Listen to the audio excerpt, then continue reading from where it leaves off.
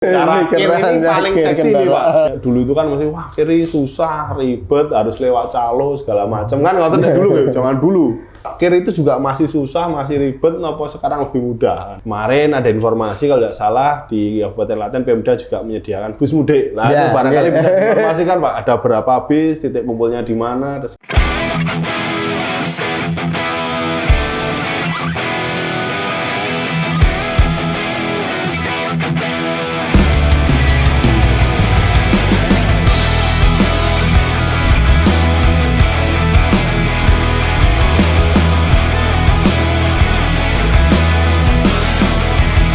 Assalamualaikum warahmatullahi wabarakatuh.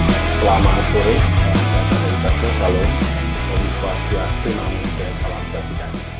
Saya Menang kembali berjumpa di Nyore Bareng. Nah, ini masih edisi Pemda Menyapa.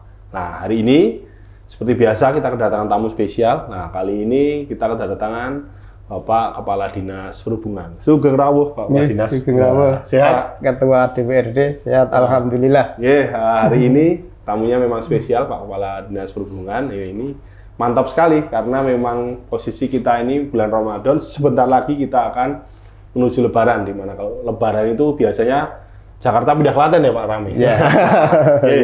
Mengawali Jagongan, mohon maaf, mengawali Jagongan barangkali bisa diperkenalkan lebih dahulu agar warga masyarakat Kabupaten Klaten lebih kenal. Mungkin dari perkenalan dulu Pak, nama dan keluarga barangkali. Monggo. Matur nuwun, saya panggil Mas saja ya. Siap, Mas saja seperti biasa. Terima kasih. Sebelumnya saya memperkenalkan diri. Assalamualaikum warahmatullahi wabarakatuh. Waalaikumsalam. Nama saya Supriyono Esos. Kebetulan saat ini saya menjabat sebagai Kepala Dinas Perhubungan Kabupaten Klaten. Keluarga Pak. Keluarga istri 1, anak 2. Ada rencana nambah? Cukup. Satu itu cukup. Sudah berapa lama Pak ini jenengan jadi Kepala Dinas berarti? Saya menjabat Kepala Dinas ini 2 tahun. 2 tahun ini ya, kebetulan di camat sama memang Jadi memang sudah kuat di grassroots istilahnya begitu ya. Alhamdulillah Pak. Barangkali selama 2 tahun ini mengalami 2 fase. Setahun kemarin mengalami pandemi dan ini sudah mulai tidak pandemi. Suka dukanya apa Pak? Jadi Kepala Dishub. Minimal 2 tahun ini Pak. Ya terima kasih. Kalau saya dimanapun suka. Jadi prinsip saya itu seperti pramuka. Di sini senang, di sana senang. Mantap. Di sini senang. Bagus itu Di sini senang, di sana senang. Berarti insya Allah dimanapun ditempatkan senang. Karena memang sudah tugasnya dan memang ASN itu sumpah janji jabatannya siap ditempatkan dimanapun mengabdi di posisi apapun. Nah, ini mulai masuk ke dalam berkaitan Dishub. Kalau di Dinas Perhubungan Kabupaten Klaten ini ada berapa bidang Pak ini? Di Dishub Kabupaten Klaten ada 2 bidang. Ada 2 bidang. Yang pertama bidang lalu lintas, yang kedua bidang angkutan. Bidang lalu lintas dan bidang angkutan. Kepala bidangnya siapa saja Pak biar juga akrab kenal. Kepala bidangnya Mas Aji. Yang kepala bidang lalu lintas. Kemudian yang angkutan Mas Sabto. Pak Sabto. Nah, ini berarti tadi di Dishub dijelaskan ada 2 bidang. Yang pertama bidang lalu lintas, kemudian yang kedua bidang perhubungan. Bidang angkutan. Bidang angkutan maaf. Kalau bicara lalu lintas itu berarti berkaitan dengan mawon itu Pak?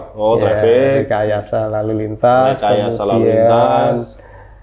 Kaitannya dengan pengamanan, pengawalan. Berarti kalau Car Free Day itu juga itu termasuk termasuk tambah satu lagi parkir. Parkir. Pengelolaan parkir. Nah, barangkali bisa diulas Pak. Ini kan ada 2 bidang dari 1 bidang. Bunganya jatuh nggak apa-apa. Dipasang dulu. Nah, ada 2 bidang Pak. Yang pertama tadi bidang lalu lintas. Barangkali bisa dijelaskan kegiatannya apa saja Pak itu di bidang pertama lalu lintas. Untuk kegiatan di bidang lalu lintas di sana ada seksi manajemen dan rekayasa lalu lintas. Manajemen dan rekayasa lalu lintas. Itu membidangi kaitannya dengan rambu jalan, kemudian traffic light, tambah satu lagi PJU. PJU sekarang juga di mulai tahun kemarin sudah masuk di Dinas Perhubungan. Kemudian untuk yang satunya seksi pengendalian operasi. Ini tim basernya. Operasi katanya pengamanan, pengawalan. Kemudian katanya dengan patroli dan juga satu lagi parkir. pengelolaan parkirnya. Berarti termasuk rekayasa lalu lintas Car Free Day itu di bidang lalu lintas. Ya, bidang lalu lintas. Kemudian yang bidang angkutan. Sebentar Pak, kita bahas di bidang lalu lintas dulu Pak. Ini kita biar lebih menarik satu persatu lah. Di bidang lalu lintas ini kan berarti termasuk nanti rekayasa lalu lintas. Ini sebentar lagi Lebaran Pak. Lah, barangkali ada kegiatan apa saja nanti di Lebaran rekayasa lalu lintas. Nah, biar para teman-teman pemudik ini paham. Nanti ketika mudik itu lewat mana, nanti akan ada seperti apa. Karena biasanya kan beberapa ruas ada pengalihan jalur segala macam itu. Barangkali bisa dijelaskan Pak. Informasi untuk teman-teman pemudik. Untuk di bidang rekayasa lalu lintas yang pertama tentunya mudik ini kan merupakan tradisi tahunan. Dan sudah 2 tahun pandemi. 2 tahun pandemi tidak bisa boleh mudik, sekarang sudah bisa mudik. Artinya semua akan menuju ke wilayahnya masing-masing. Kebetulan untuk di bidang mudik ini kita kan sekarang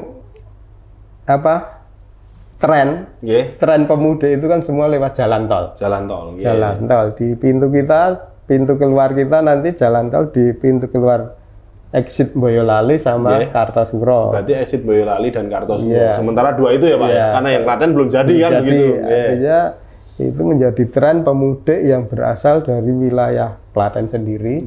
Kemudian juga sebagian Sukoharjo dan Wonogiri yang lewatnya Klaten, dan seluruh wilayah yang ada di Jogja. Mulai dari Gunung Kidul, Bantul, Sleman, Kulon Progo, kota sendiri, bahkan karena kan mereka tolnya juga belum jadi. Jadi turun Boyolali mesti lewat kita. Klaten. Betul. Nantinya kita akan dibanjiri pemudik dari paling tidak 8 sampai 9 kabupaten. Nah, itu rekayasa lalu lintasnya di mana saja, Pak? Untuk rekayasa lalu lintas, pertama kita sudah siapkan posko-posko pemantauannya. Posko pemantauan ada untuk saat ini, tahun ini kita ada 7 posko. 7 posko, tersebar berarti tersebar dari mulai, karena kemarin ada informasi untuk tol dibuka secara fungsional. Yang pertama di Sawit, kemudian alternatif kedua kalau Sawit penuh nanti dibuka di Tegalgondo, pintu Tegalgondo. Kita yang masuk wilayah Klaten di Tegalgondo kita tempatkan pos di sana untuk pengaturan. Kemudian di Delanggu seperti biasanya itu perempatan itu kemudian yang mengantisipasi keramaian di Jatinom karena exit Boyolali betul. Itu kemudian di posko induk sendiri. Induk alun-alun biasanya depan alun-alun. Enggak, kalau induk kita di sub posko komando induknya. Yang gabungan dengan Polres itu di alun-alun. Tapi yang khusus sibuk di Disub. Karena udah juga jalur utama Jogja Solo juga kan Pak. Terus di Prambanan dan Tegalyoso. Terus untuk rekayasa kita siapkan satu jalur alternatif. Dan di sana kita pasang nanti rambu-rambu sementara penunjuk arah agar masyarakat nanti mudah. Itu di mana itu Pak? Bisa mungkin diinformasikan. Mulai dari yang lewat Boyolali, tujuan ke Boyolali itu kita arahkan Boyolali nanti sampai ke Gondang. Polsek Jogonalan itu lewatnya Boyolali. Terus masuk Ngupit, nanti Gayampret belok kiri, belok kanan, Gayampret belok kanan sampai Ngelinggi, terus Gondang. Basen itu belok kiri nanti sampai pos PG Gondang itu. Itu yang ke Jogja Ke Jogja, mau ke kota ya monggo tinggalkan bisa tembus Bramen, bisa tembus Pemda dan lain sebagainya kan begitu. Kemudian yang dari timur kita arahkan yang ke Jogja nanti lewatnya dari Pakis, Rangdowo, Cawas, Mbayat, Wedi sampai nanti di Jogonalan. Berarti titik keluarnya itu di Jogonalan arah Jogja. Tapi juga kita masih buat alternatif lagi nanti ke arah Piyungan, Jadi setelah Piyungan nanti kalau di jalan Jogja Solo khususnya di Prambanan dan sekitarnya itu Krodit, nanti kita arahkan ke Piyungan mulai dari arah Sendang Seriningse sampai ke Piyungan. Bakso Pak Narto itu berarti yang ngiri, itu juga jalannya memadai kalau untuk alternatif dan relatif bagus. Nah, ini masih bicara mudik Pak. kemarin ada informasi kalau tidak salah di Kabupaten Klaten Pemda juga menyediakan bus mudik. Nah, itu barangkali bisa diinformasikan Pak, ada berapa bis, titik kumpulnya di mana, terus kemudian ke depan nanti sistem pendaftarannya seperti apa. Terima kasih. Untuk bus mudik tahun ini kita khusus Pemda ada 8 bus. Ada 8 bus. Itu besar ya Pak? Dengan kapasitas 50 penumpang. Oh, 50 penumpang. Selama ini kita sudah bekerja sama dengan paguyuban masyarakat Klaten, PMK. Paguyuban warga masyarakat Klaten di sana. PMK.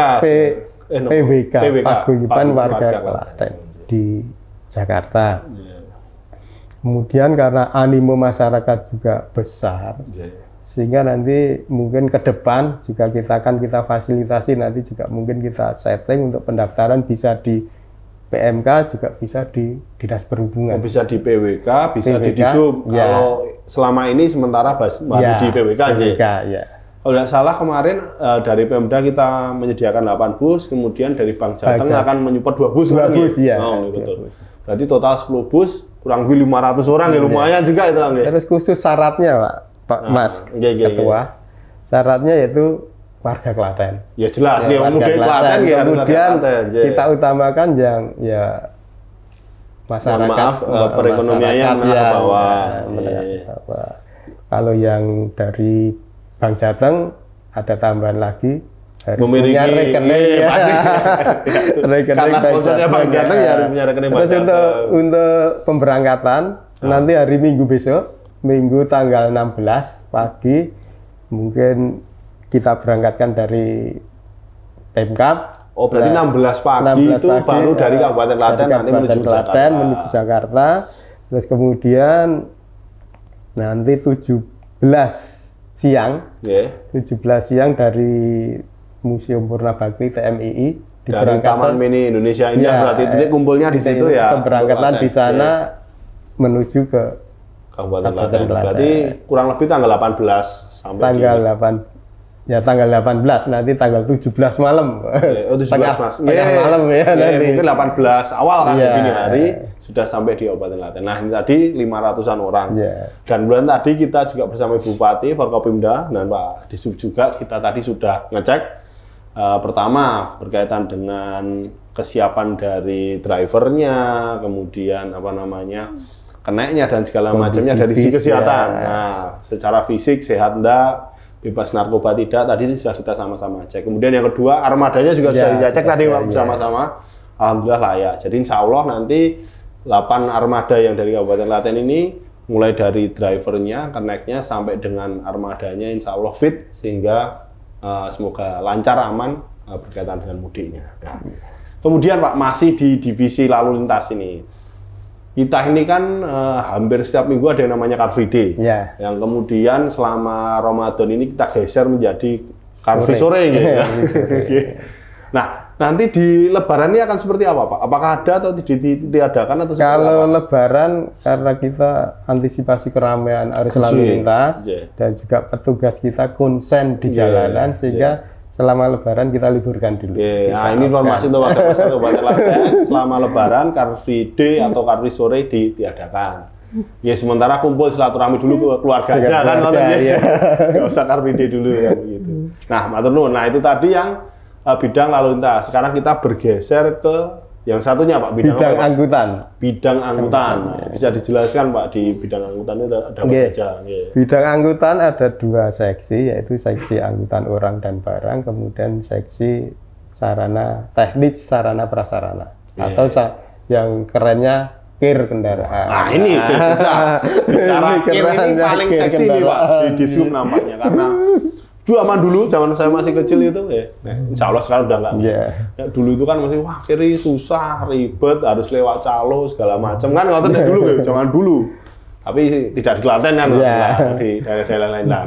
Sekarang ribet Pak, kiri itu juga masih susah, masih ribet, apa sekarang lebih mudah gitu. Barangkali bisa diinformasikan. Dulu kan sempat viral juga tuh Pak Ganjar nyamar Keroa, kan gitu. Sekarang seperti apa Pak KIR?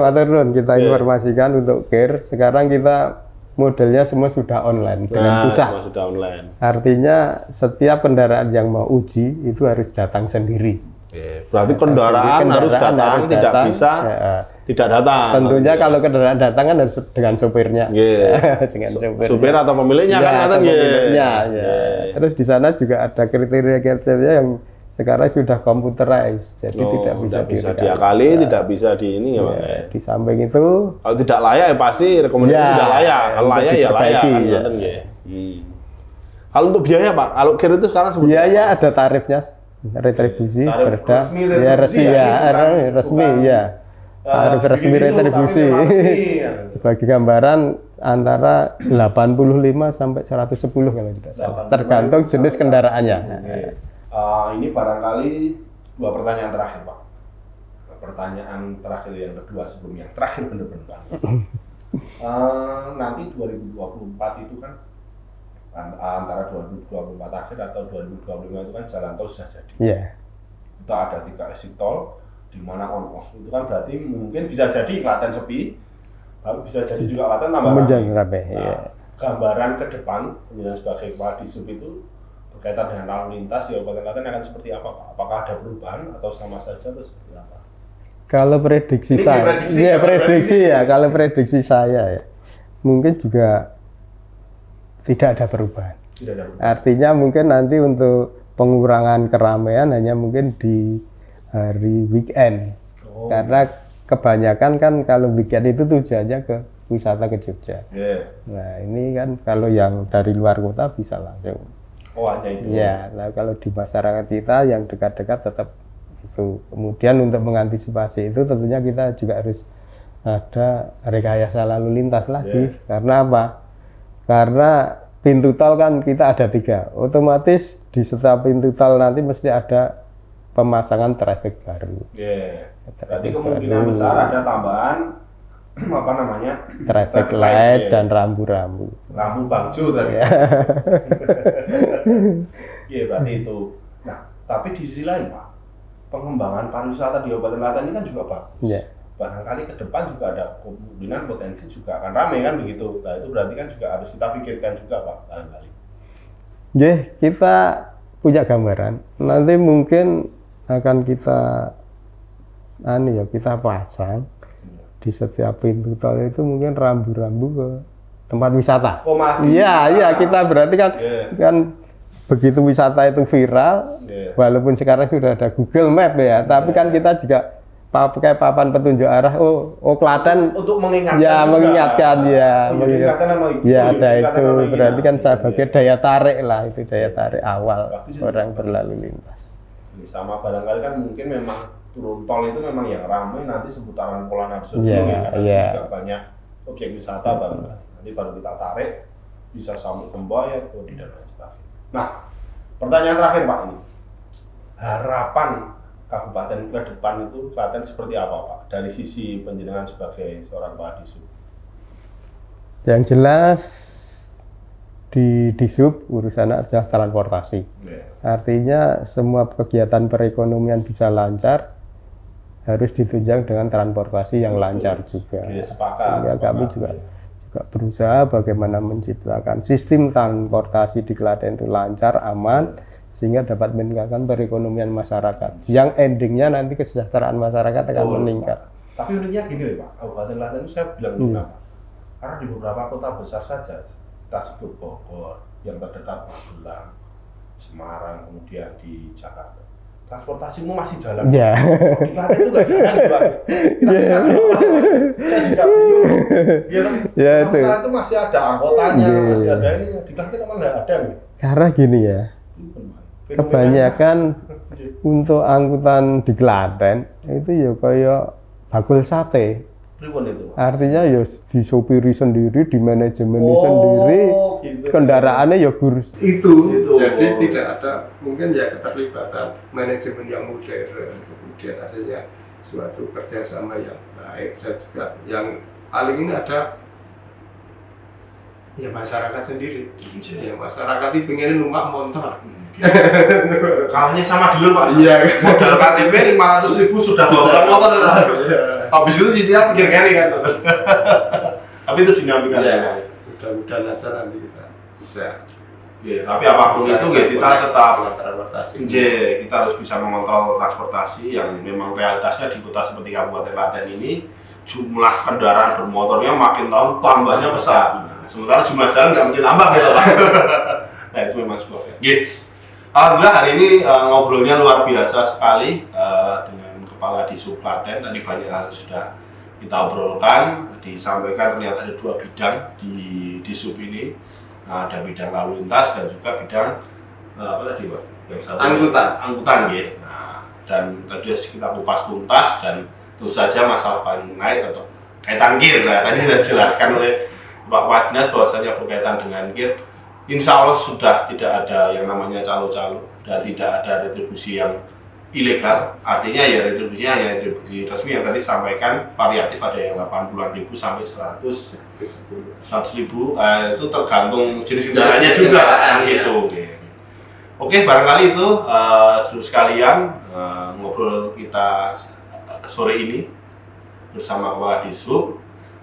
Terima kasih sudah menonton. Jangan lupa like, komen, dan subscribe. Dan sampai jumpa di video berikutnya. Matur nuwun Pak Dinas. Wassalamualaikum warahmatullahi wabarakatuh.